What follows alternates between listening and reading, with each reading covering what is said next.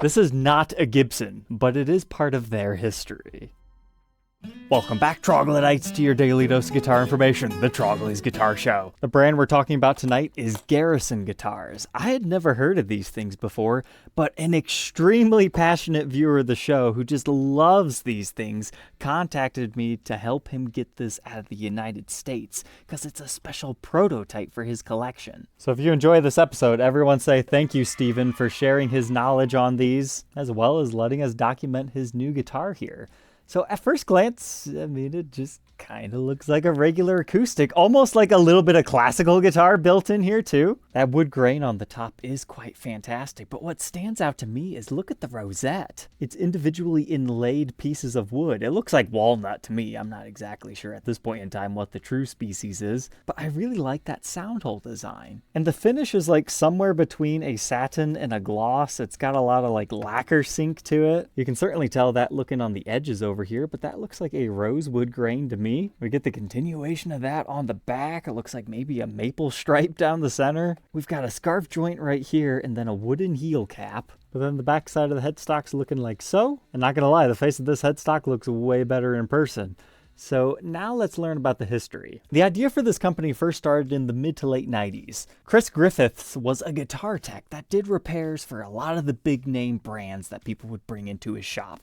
And he hated to see some of these crazy issues that arose on such high dollar guitars. Apparently he always took issue with how much those things actually were. So he set out to make an affordable, well-made alternative. So what he did is he booked a flight out of Canada into the United States and toured many of the leading guitar factories to get a kind of an idea of what he might need to do, as well as an idea for a guitar that can be affordable but yet still high quality. And as the story goes, on his way back home on an Air Canada napkin, he sketches out the design for what eventually becomes Griffith's active bracing system. He wanted to utilize CNC technology to create the innards of an acoustic guitar all in one piece. So we're talking like the bracing system here, because that's going to cut the labor down from at least 2.5 hours all the way down to like 45 seconds on a machine. And he also wanted to utilize a unique UV finish because of its quick drying nature. So instead of a couple of hours for lacquer or whatnot, this is done in a minute. There's been a few artists who tried these out, but the top dog, in my opinion, would be Alex Lifeson. Garrison Guitars had two main series, the G series, which was made in St. John's, Canada, and then the AG series, which were produced in China. However, the company only formally lasted about 7 years.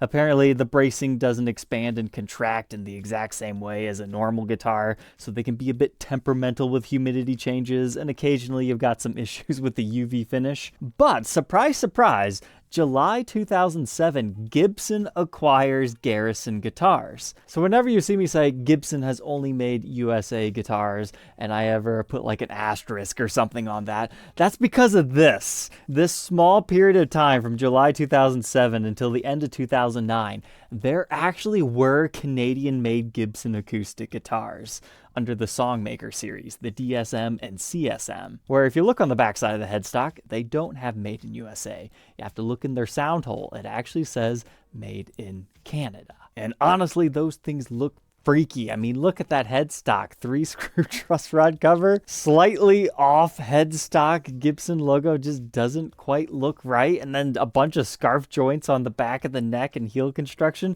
Those things look strange, but we'll have to review one day simply because of their history. So now let's come over to this one. Apparently it's a grand concert model, but this was a prototype. This was one of 5 guitars that was taken to the NAMM show in 1999. Somehow it made its way to a guitar shop in St. Louis, Missouri, Music Go Round, and he found it there, and now it's here. We're going to document it and have a good time before it goes back to where it was first created. Now, being a prototype, I wish I could tell you what's different between this and the regular productions, but I'm just not that guy, so I'm going to document the guitar to my fullest ability so the guys that do know can lead us in discussion in the comments section. But I did look inside the case, and I found some candy, like a Garrison Guitars pamphlet that shows one with a cutaway. Maybe that's a completely different different style, maybe it's not. But it talks about those same G and AG series, but then a new M and OM series. Here's an original warranty card for this, and hey, that's a good full look at their complete bracing system, but don't worry, we'll take a look at that with our endoscope as well. That seems to be a pretty basic warranty pamphlet from this era. Got something that talks about the Prefix Pro, which is apparently their electric acoustic system. I don't think this one can be plugged in.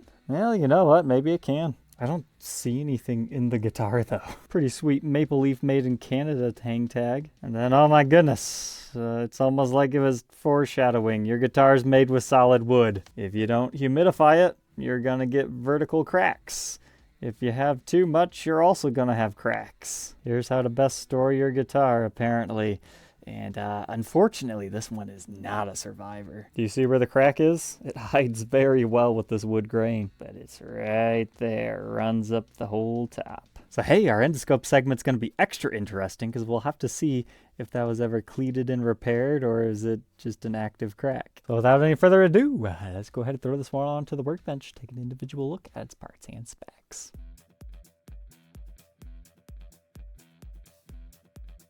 Inside our Garrison prototype, let's see what we're working with here. On closer inspection of our rosette, I bet that's actually a mahogany rather than walnut. But feel free to chime in your thoughts down below. But I just really appreciate those black lines in between. I've always been a big fan of wooden art like this, joining together. I might really like electric guitars, but I just like fine wood craftery and all the different species that come along with that. But I suppose now it's time to dive inside. So there we can see that bracing system that we were talking about. So it looks like it's made out of plastic to me. So to put it into like today's terms, it almost looks like a 3D printed guitar as far as all the bracing goes, and then they just glue the wood onto that. I can see how that would certainly save them some time. But here's a look on the other side. You can see they just glued it onto the wood. But if what the viewer was saying is true, this is all one piece. So it's really kind of like an entire system here. Yeah, he was talking about how it also includes your soundboard right there. I believe that's what that's called. It's the underside of the bridge. So this is just all one giant plastic piece, and then the wood gets glued onto this mold, I guess you could say. But ooh, here we go. I was hoping we would find something in here that said prototype or something, but all I found was serial number 5. So that seems to line up with one of the 5 that went to the NAMM show that year. I'm not sure if there's any other markings we should be looking for in here, but this is the bottom strap pin right here. That actually is a thing you can plug a jack into, but it doesn't appear electronics were ever installed in this one. And then coming over here to our neck block, it does appear to be a bolted on neck, but it's from the inside, so not screwed on the outside like you associate with electric guitars. So hey, that was all fun to see. And usually guitar bracing's just like one ply thick. These all have like multiple ridges and valleys within it. But as far as an update on our crack, yep, you can see it right there. It certainly follows the wood grain and goes all the way up. It does not appear to have ever been repaired with a cleat or any type of glue. And I was telling you how it hides so well within this wood grain, you can hardly even see it. Unfortunately, when I stopped recording and take a look at everything, I found quite a few more. So this is that big one that first caught my attention, all running along here. However, there's another one in this general area too. That's another good hider. It's not quite as long. There's another one right here by the neck, as well as another one on the other side. And that's all that I can personally see. And I know what you're probably thinking, hey, what about this one? No, that's just wood grain. That's what's so tricky. You just got to get it in the light to see if it actually is a finish crack or in the grain. And yes, if we do apply pressure, you can feel it flexing. You can even hear the wood going. So let's not do that anymore. As far as our bridge, again, I don't have a full spec sheet on this. I would imagine it might be ebony. Our saddle actually appears to be glued into place, but our bridge pins were pretty cool. Some sort of an ebony material, but it does have an abalone inlay on top, which makes it look nice and fancy. And as far as our top species, I'm pretty sure that's spruce, and then we've got something that looks similar to rosewood if it's not rosewood over here. And here on the workbench I can get a much closer look. That is 100% maple. That's a beautiful stripe right here. Reminds me of the rosewood Telecasters. They've got that maple sandwich in the center of them. It's a good combination. Our fretboard is nice and dark. It's not super porous, so it could be ebony, but then again it could also just be a dark rosewood. But there's also a playability issue on this guitar. 11th and 12th fret don't really ring out on the top E string. And this always bugs me on guitars. When they slot the fretboard for the frets, sometimes they go like extra deep, and then they don't go back through and fill that in with wood filler and or dust to make it look nice and professional. This one just has a bunch of gaps underneath there, so it's possible that fret just rose up a little bit. And these fret ends are very sharp. So sharp fret ends, cracks. This was not properly humidified its whole life. But this appears to utilize a 25.5-inch scale. And then I personally measure closest to a 20-inch fretboard radius. It's a very flat feeling fretboard, but it's not like completely flat like a classical.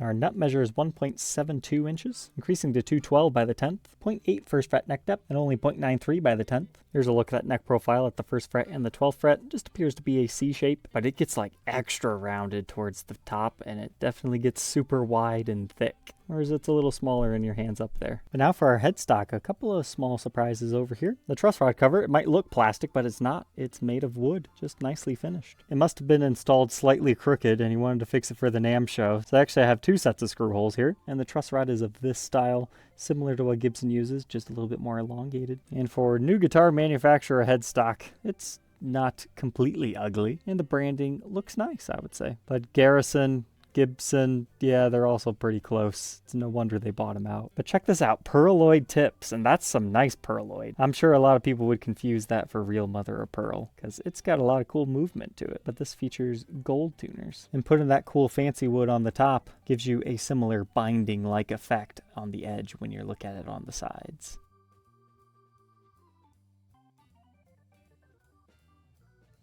Now I've got it all strung back up. I asked the shop to put 12 elixirs on here, and it does look like they listened. I wasn't sure, because that was just an order note, so that's a bonus. But I forgot to mention, these are actually real mother of pearl dot inlays, but the sides are just some sort of a white plastic. I suppose while we're at it, it is a 16-inch lower bout with a 12-inch upper bout. That's about 5 inches thick. But the woods on the back are just fantastic. Like in person, it has like a little bit of a chatoyant dance to it.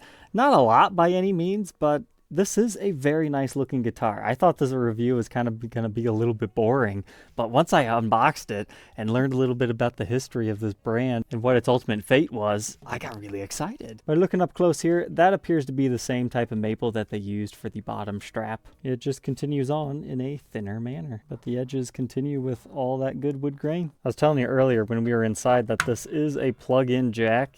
There you go. There's your proof. Doesn't go to anything, but hey, it's there if you wanted to install something in it. But this one also has another complementary strap button on the treble side of the heel. But I was actually wrong on this neck. I got bamboozled. So I saw a scarf joint and then a heel cap.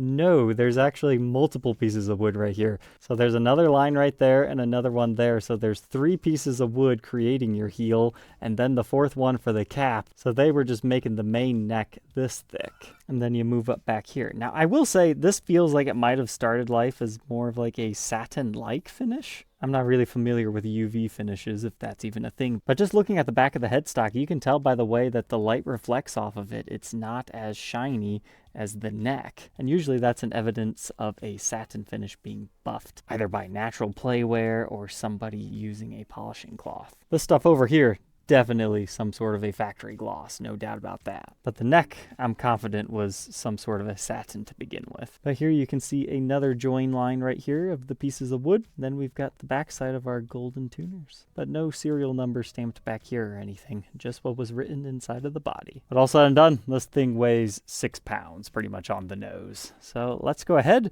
not plug it in, just strum on it acoustically and see how it sounds with plastic bracing.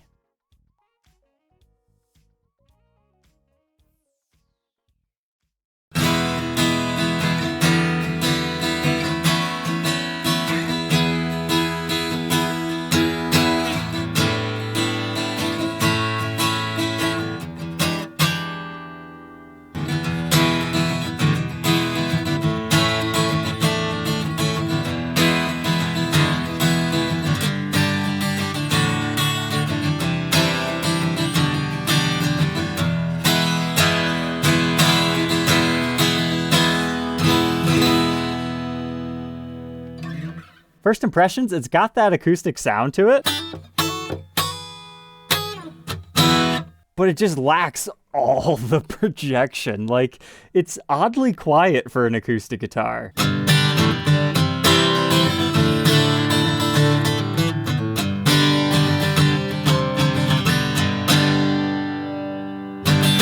Which I suppose could be a good or a bad thing, depending on if you have electronics in here or if you're trying to let people hear you.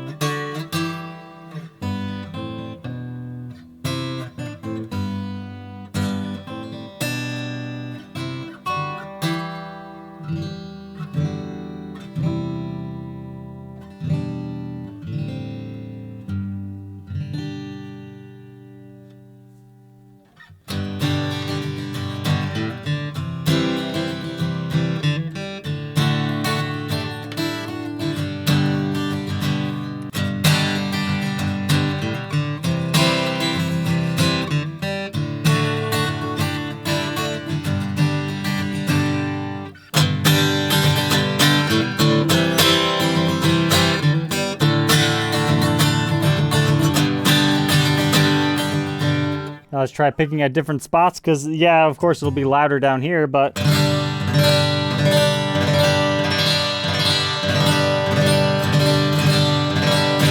here's about the sweet spot, so let's do some more playing there.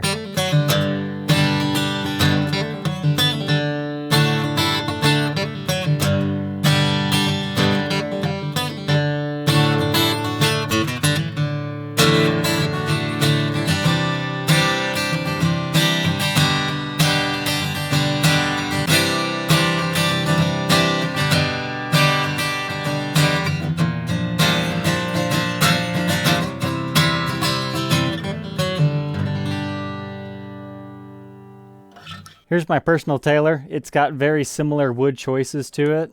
I'm sure it's not exactly the same, but it's also a bolt-on neck construction. Honestly, it does look very similar, just not quite as pretty.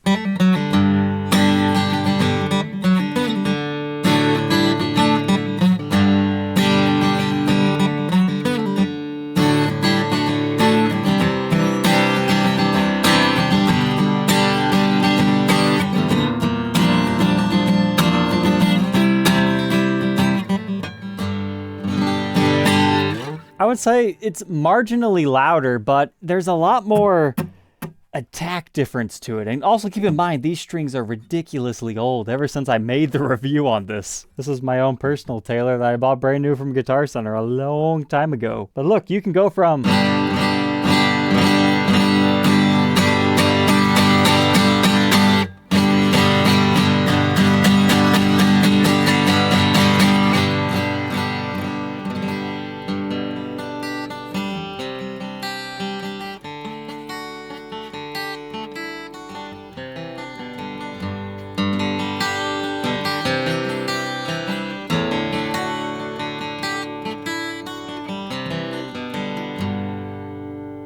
Where's on this?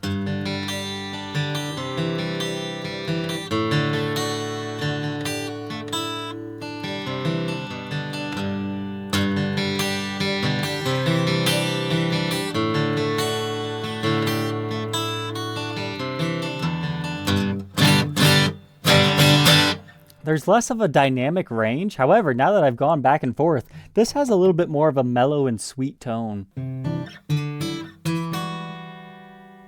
But if you need an acoustic that sounds vastly different, this just seems to have like a little bit of a disconnect for me.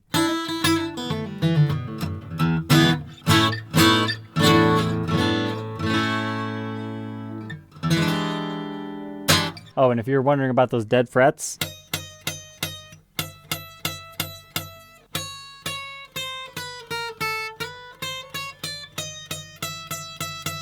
there's an example of that.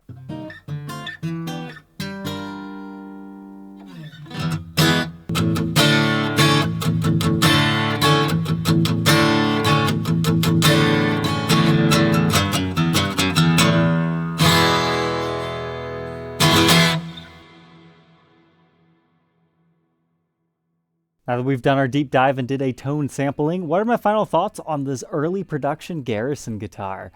It was interesting. I think it is beautiful, it just needed some minor refinements. Cosmetically, about the only thing that doesn't work for me is the plastic bracing on the inside. It's kind of an eyesore when you're looking inside of your guitar, but if you don't know to look for it, I think a lot of people would just look past it because the woods they were using on this, absolutely gorgeous. Now it's kind of a generic looking body style, but if you like classical guitars like I do, I think you would enjoy this because it's kind of a beautiful blending of those. But the tones definitely take a little bit to get used to. A little bit more mellow is the best way to put it. And who knows, maybe the projection stuff has to do with the cracks in the top. I'm not sure. But the more and more I played it, the more I was like, okay, here's what I would use this for. But here it is side by side with a regular Dreadnought. You can actually see it's a little bit taller, but it's got more of a shapely figure to it. But if I saw both of these side by side in a store, and if I had to pick just based on looks, honestly, I think the Garrison does something very nice. But my number one favorite thing about this guitar has to be that fancy rosette. I like what they did there. So thank you, Steven, for sharing your knowledge and your guitar with us. I will be shipping this one off to you in Canada so it can go back to its home country. But hopefully you enjoyed and learned something new about this company that Gibson ended up buying out. And then hopefully one day we can look at one of those Canadian-made Gibsons to see, did they make it in the same way or what were they doing there? But that's all talking for another day. Take care.